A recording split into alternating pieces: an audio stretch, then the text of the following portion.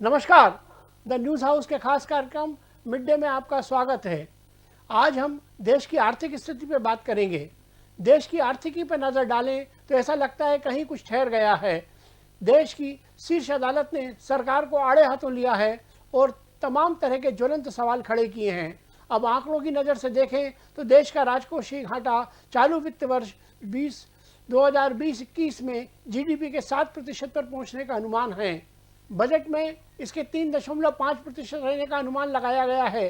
Brick work ratings ने अपनी report में कहा है कि कोरोना और उसकी रोकथाम के लिए लगाए गए लॉकडाउन से आर्थिक गतिविधियों के प्रभावित होने और राजस्व संग्रह में कमी को देखते हुए राजकोषीय घाटा और बढ़ने की आशंका है।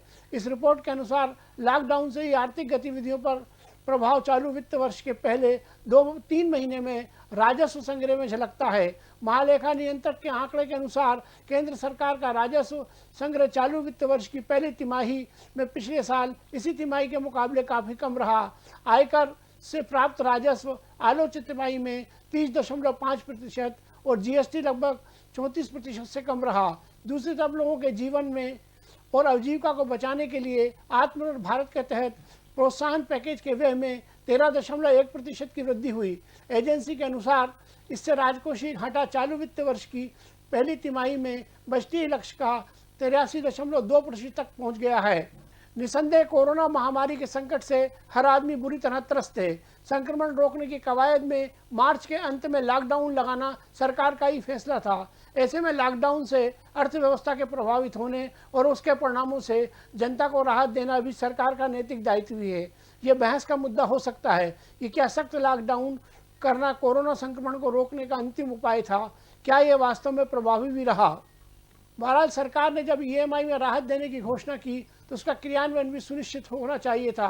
सरकार को इस बात का एहसास था कि बैंक आम आदमी को अपनी शर्तों पर कर्ज देते हैं और वसूली करते हैं। ऐसे में राहत के विकल्प पर विचार किया जाना जरूरी था। जब ऋण स्थगन पर ब्याज को माफ़ करने की बात कही गई तो सरकार ने खूब वाहवाही लूटी थी, लेकिन अब वह अपनी जिम्मेदारी से बचने की कोशिश कर रही है, जिसे शीर्ष अदालत ने सिरे से खारिज किया है। इस मुद्दे पर मानवीय दृष्टिकोण से भी सरकार का दायित्व बनता है कि कोरोना संकट के चलते तमाम तरह के संत्रास से जूझते लोगों को राहत पहुंचाई जाए। सरकार जब उद्योगपतियों को अरबों की राहत दे सकती है तो आम आदमी को छोटी राहत क्यों नहीं दी जा सकती।